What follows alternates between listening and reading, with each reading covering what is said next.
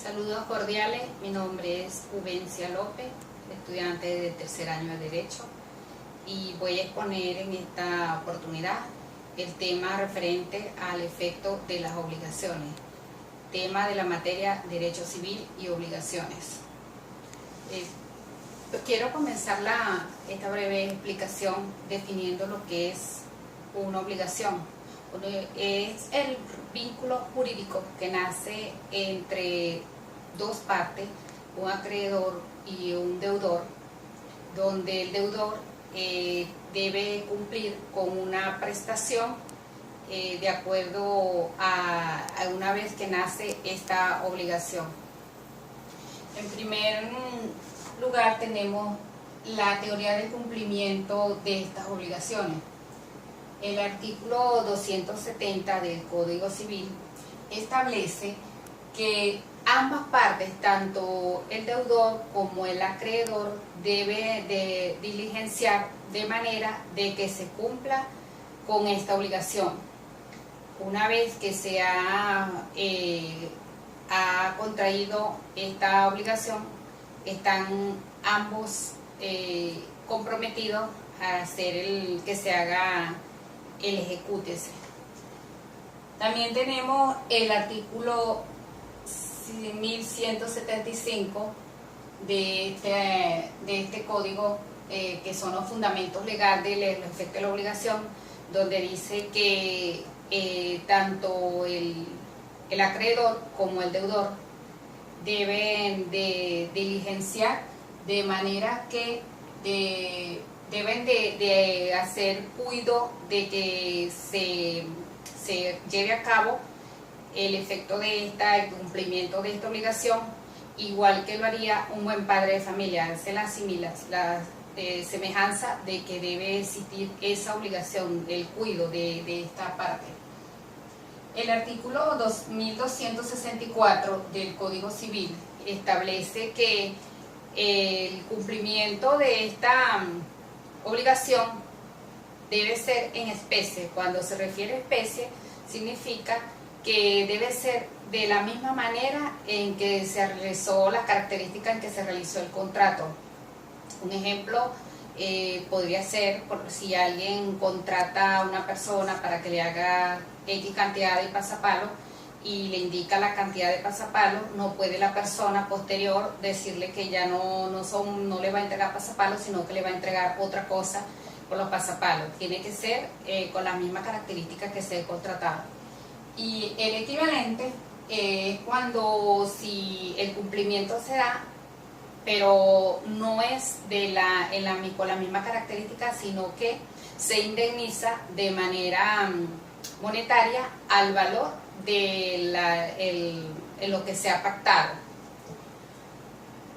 Así como está la teoría del cumplimiento, que cuando se establece que se cumple las partes, se extingue la obligación del deudor y por ende la acción del acreedor. Ahí termina este proceso. Sin embargo, existe la otra parte, que es cuando está el incumplimiento. La teoría del incumplimiento está establecida en el artículo 1271 del Código Civil. Dice este artículo que si el deudor no prueba, o sea, no cancela o no cumple con la obligación, tendrá unos efectos que le serán imputables, o puede que no se le imputen, considerando algunas causas extrañas o cualquier hecho que acontezca, pero que el deudor debe de probar ante el juez para que se le reconozca este incumplimiento. De aquí, de esto mismo, derivan ciertos efectos de acuerdo al incumplimiento, que pueden ser total o parcial. Pueden ser total cuando generalmente este incumplimiento se da por excelencia, cuando deudor no quiere cumplir, no deja sin efecto esa obligación. Parcial, aquí el juez debe de determinar la gravedad del cumplimiento y él podrá por lo menos considerar o establecer cuánto debe de pagar o indemnizar el deudor al acreedor. También tenemos en los efectos lo que es la duración, que puede ser por un tiempo determinado o permanente, que puede ser que en cierto tiempo el deudor decida cancelar porque ese hecho acontecido no lo haya dejado en el momento, de los cuales de allí se origina una mora, que son intereses que corresponden por el daño que le ha perjudicado este deudor al acreedor. Y el otro efecto es de acuerdo a los hechos imputables, que puede ser voluntario o involuntario. Que pues, involuntario, aquí sí el deudor, como dije anteriormente, debe de probar que lo hizo de manera en contra de su voluntad. La responsabilidad, según el artículo 1195 del Código Civil, que es la que cuando el deudor está sujeto a un hecho ilícito y existen ciertos hechos para que el deudor pueda cumplir con el acreedor. Esta puede ser contractual cuando realiza a manera de un contrato, porque allí quedan estipuladas las cláusulas, o extracontractual, que puede ser de otra manera. El daño, también existe el daño, que es esto se va a determinar de acuerdo a los elementos.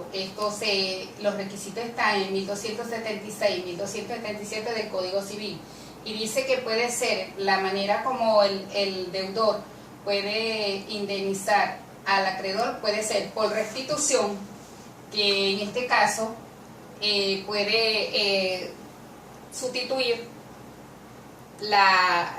el objeto en sí.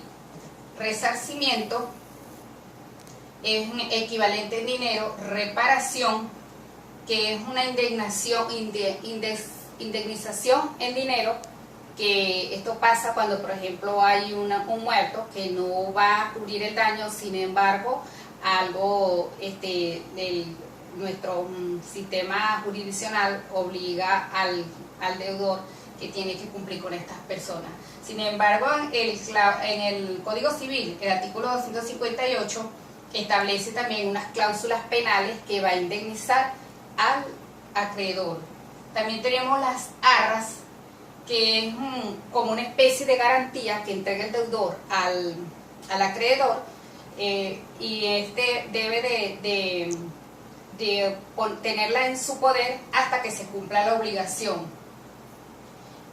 Y por último tenemos la culpa, que es el calificativo que se le da a la conducta incorrecta del deudor.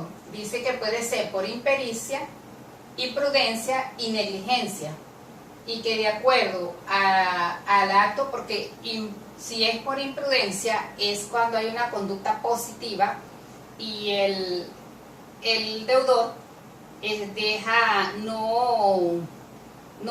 deja de hacer lo que le corresponde. Y negligencia se refiere a que cuando el deudor está en la obligación de realizar una conducta positiva y deja de hacerlo. Claro, está el ejemplo de la persona que por lo menos en el caso de una enfermera, que le corresponde darle un medicamento a un paciente y se olvida, o por tener sueño no va y se lo da, y aquí hay un hecho que le ocurre al paciente. Y por último tenemos la posición del Código Civil venezolano, que es el depositario, que es cuando se entrega el objeto en depósito. El acreedor está en la obligación de cuidar esa garantía como si fuera suya. Tiene que cuidarla hasta el momento que le tocó devolverla. En esto fue todo, muchas gracias y hasta otra próxima exposición.